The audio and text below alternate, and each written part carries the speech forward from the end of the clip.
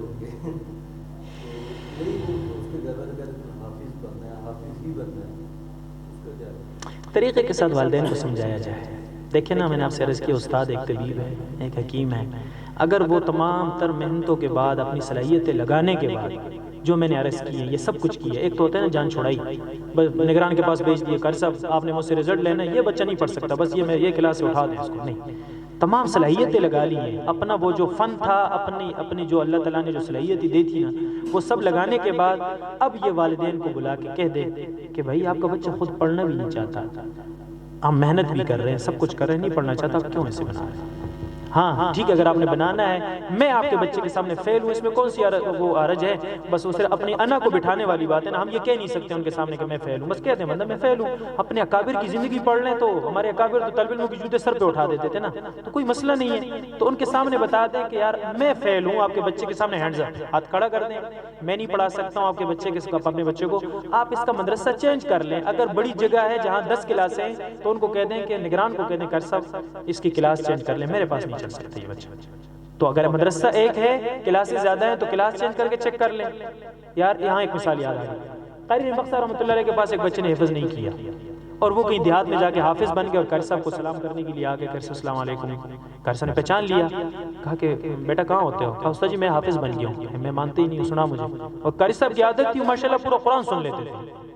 یہ جو طلحہ شاہ بخاری رحمۃ اللہ علیہ کے بیٹے بھی فوت ہوئے، کیا نام تھا ان کا؟ عطاء المؤمن یا کیا نام تھا ان کا، جو ابھی قریب رحمہ اللہ، اب یہ بھی جو آخر میں فوت ہوئے، یہ ان کے حفظ کے شاگرد ہیں. یہ میں نے صرف آپ کو ایک مثال دینی تھی کہ وہ پورا قرآن سنتے تھے. حرم میں دوران طواف یہ بھی طواف کر رہے تھے، قاری صاحب بھی کہیں عمرہ حج پہ گئے تھے، دونوں مل گئے. تو یہ شاگرد تھے تو یوں پکڑا، تو یہ ماشاءاللہ جسم کے موٹے سے تھے، تو کہا موٹو قرآن یاد ہے یا نہیں؟ تو انہوں نے کہا جی قاری صاحب یاد ہے. کہا چل سنا، سائڈ پہ لے گئے اس کو، الف لام میم سے لے کر والناس تک پورا قرآن سنا اس کا، ایک ہی نشست میں بٹھا کے. قاری صاحب کا یہ مزاج تھا. تو جب سنایا پورا قرآن، ایک غلطی آئی ہے عطاء المؤمن صاحب کی رحمہ اللہ، تو کہا کہ موٹو قرآن یاد نہیں ہے تجھے، ایک غلطی رہ گیا، قرآن یاد نہیں ہے. تو قاری صاحب نے اس بچے کو کہا، وہ جو ملنے آیا تھا اور جو قاری صاحب کے پاس حفظ نہ کر سکا، کہا بھائی سناؤ. تو اس نے ماشاءاللہ قرآن سنایا، یا امتحان لیا انہوں نے، جتنا سنا سن لیا.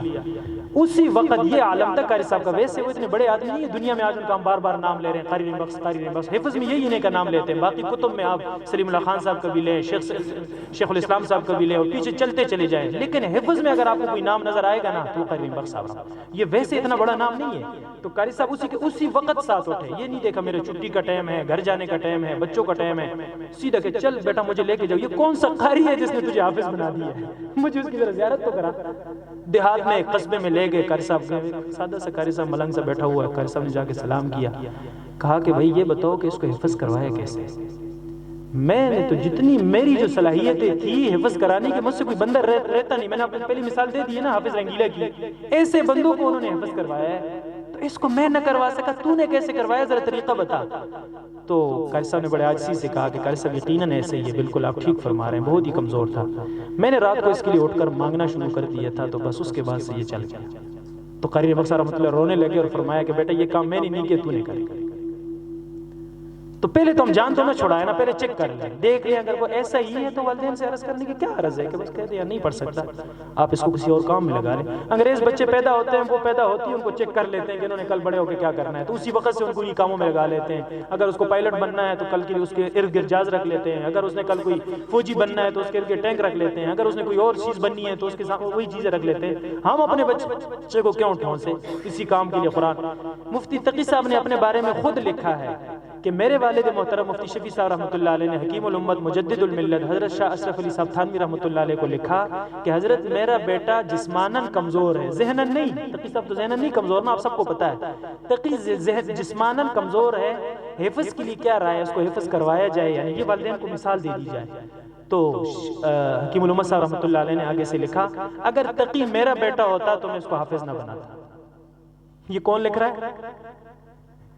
حضرت تھانوی لکھ رہے ہیں. کس کو لکھ رہے ہیں؟ مفتی اعظم پاکستان کو لکھ رہے ہیں کہ اگر تقی میرا بیٹا ہوتا تو میں اس کو حافظ نہ بناتا. اگر اتنے بڑے شخصیات حفظ نہ کرنے کے بارے میں خط لکھتے ہیں صرف جسماناً کمزوری پہ، ذہناً نہیں. ذہناً تو آج وہ جو حدیث پہ کام کر رہے ہیں تو وہ دنیا بھی نہیں سوچ سکتی تھی آج تک.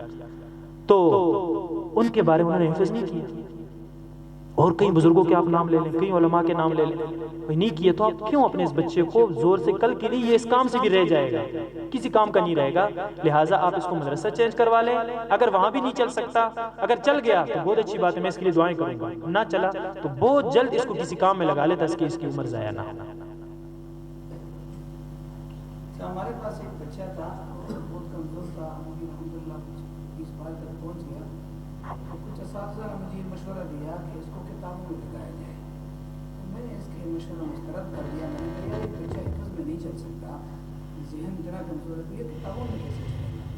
بہرحال وہ تو ہم نے الحمدللہ میں نے ساتھ محنت کیا جائے، بچے کے اندر ایک صلاحیت ہے، خدمتی ہیں اور بعد بچہ ہے تو اس طرح چل جائے گا۔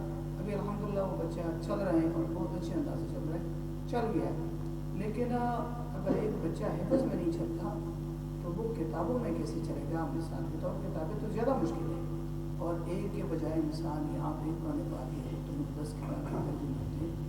اگر اس طرح کوئی اساتذہ مشورہ دے کہ بھائی اس کو حفظ سے ہٹا کے کتابوں میں ڈال دیا جائے تو اس کے بارے میں آپ کا کیا مشورہ ہے اور کیا رائے دے سکتے ہیں؟ اب دیکھیں نا، ہمارے اکابر میں مولانا اعزاز علی رحمۃ اللہ علیہ، جن کو آج جن کے ساتھ لکھا جاتا ہے شیخ الادب، شیخ الادب لکھا جاتا ہے، اور اتنے بڑے ادب کے امام ہیں کہ ان کو اتنا لقب ملا ہے، اور پڑھائی ان کے بارے میں آتا ہے کہ انتہائی کمزور تھے لیکن اپنی محنت جاری کی ہوئے تھے۔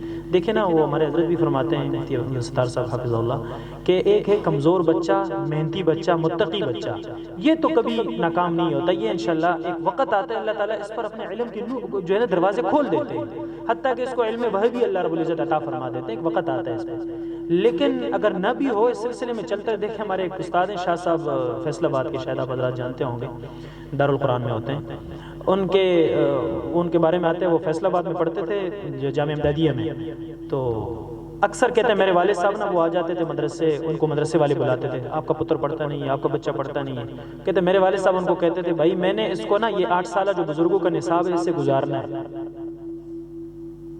اس وقت آپ جائیں گے ان کو دیکھیں گے، اتنی بڑی شخصیت ہے کہ حیرانگی ہوتی ہے، قرأت کے گویا کہ امام ہے۔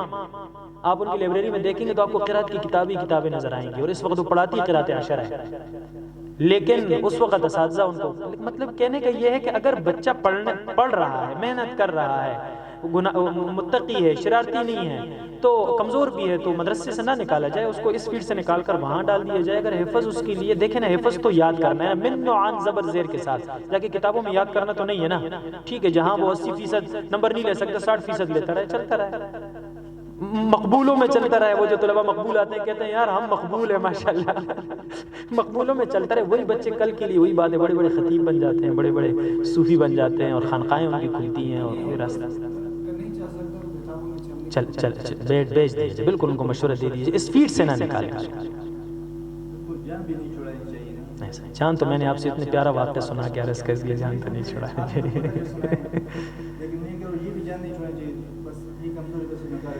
ایسا تو بالکل نہیں کرنا چاہیے۔ اگر ایسا ہم کریں گے، یقین جانیں آج کل ہمارے اپنے بچے کتنے ایسے ہوتے ہیں جو ہمارے اپنے قراء حضرات کے، اپنے مدرسین کے بچے ہمارے نہیں پڑھتے ہیں۔ اس کی یہی وجہ بسا اوقات ہوتی ہے کہ ہم جب کسی کے بچے کو اس طرح کرتے ہیں، کل ہمارے بچے بھی نہیں پڑھتے، تو ہم ان کو اپنا بچہ سمجھ کے جب اس طرح اس کے فیصلہ کریں گے تو اللہ رب العزت ہمارے بچوں کو بھی انشاءاللہ ایسا اپنے والد کے پاس نہیں کر سکتے یا بھائی کے پاس نہیں کر سکتے۔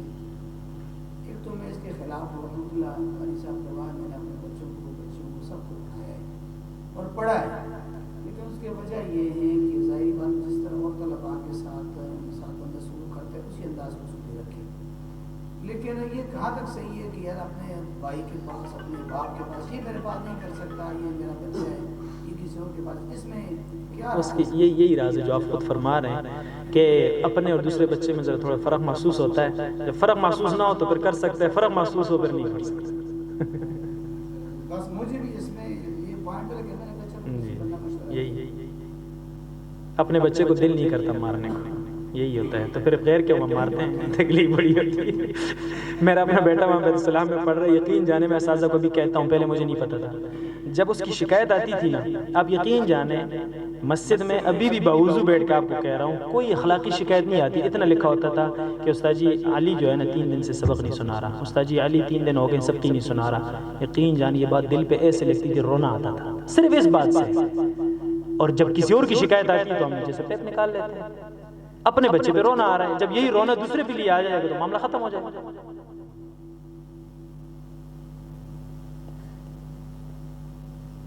اللہ آپ کی زندگی میں علم میں برکت جزاکم اللہ.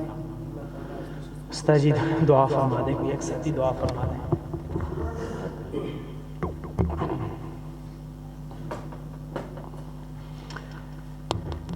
بسم اللہ الرحمن الرحیم.